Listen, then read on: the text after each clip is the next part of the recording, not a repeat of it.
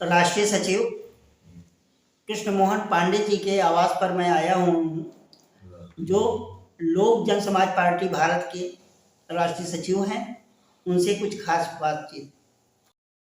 पांडे जी से मैं पूछता हूँ कि आरक्षण का विरोध ये कर रहे हैं, तो उसका क्या तात्पर्य है और क्या चाहते हैं?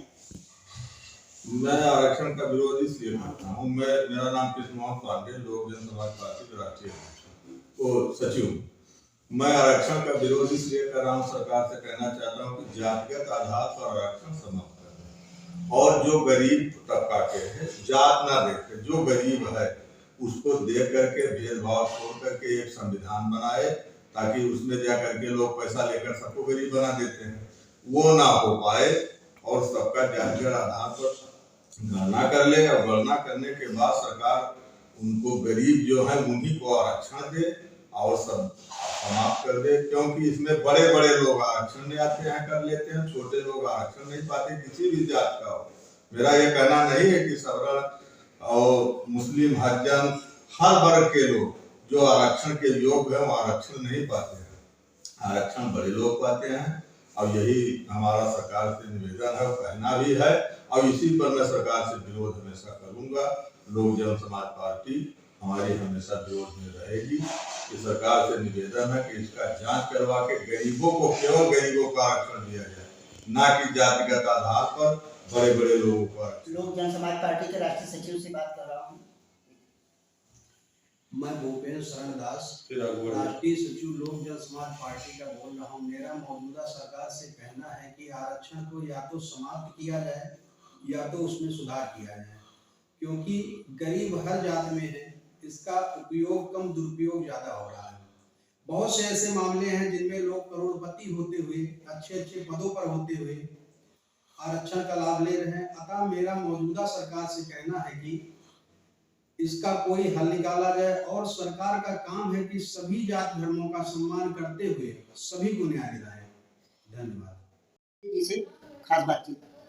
मैं करताराम दुबे, प्रदेश उपाध्यक्ष उत्तर प्रदेश। मैं आरक्षण के बारे में कुछ कहना चाहता हूं। हमें आरक्षण का विरोध तो नहीं है, लेकिन कुछ मुद्दे ऐसे हैं जिसका मैं विरोध कर रहा हूं।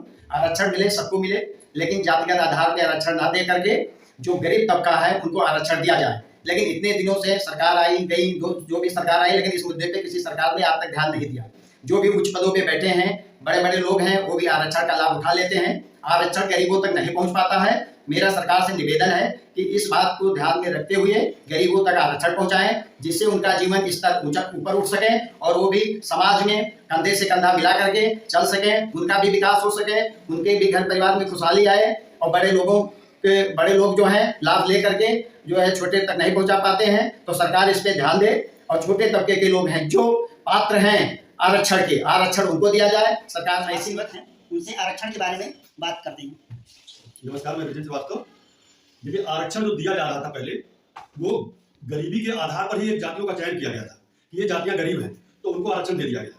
तो जब अब इस समय गरीबी के आधार पर कोई भी भेदभाव समाज में नहीं रह गया है, जाति के आधार पर कोई भेदभाव नहीं रह गया है, तो जातिगत आरक्षण अभी भी जो चल रहा है ये बहुत ही गलत है। क्योंकि जो वास्तव ये जो जातिगत आरक्षण भारत सरकार द्वारा चलाई जाती है, इसके कारण को पहले जानिए कि किस लिए आरक्षण लागू हुआ था। क्योंकि जो गरीब तबका था उनको कुछ उत्थान करने के लिए आरक्षण दिया गया था। तो गरीब तबका का चयन कैसे हो, तो एक जाति विशेष उस समय 50 साल 60 साल 70 साल पहले एक गरीब वर्ग था जिसको जातियों से चयन कर लिया गया कि कौन गरीब ढूंढेगा, तो उनको आरक्षण दे दिया गया कि 5-10 साल में ये अपग्रेड हो जाएंगे। लेकिन अब उसी जाति को आधार बना के लोग आरक्षण दे रहे हैं, लेकिन जबकि बेस यही था कि गरीबी के आधार पर आरक्षण दिया जाए। और आज क्या है, लोग उसी जातियों को पकड़ लिए कहते हैं कि हम आरक्षण के हकदार हैं। लेकिन जो आरक्षण की व्यवस्था लागू हुई थी वो गरीबी के आधार पर ही था, लेकिन गरीबों को चुना कैसे जाए, खोजा कैसे जाए, इसलिए उन्होंने जातियों का एक SC ST वर्ग को चुन लिया कि ये वर्ग जो है इनको आरक्षण दे दिया जाए उस समय। लेकिन अब आजकल जो है फिर भी उन्हीं को दिया जा रहा है। आप सवर्णों में पंडित, ठाकुर, श्रीवास्तव, कायस्थ जितने भी हैं, इनके यहाँ भी देखेंगे बहुत से ऐसे गरीब हैं कि जिनके यहाँ खाने के लिए दिक्कत होती है, लेकिन उनके लिए कोई पूछने वाला नहीं है।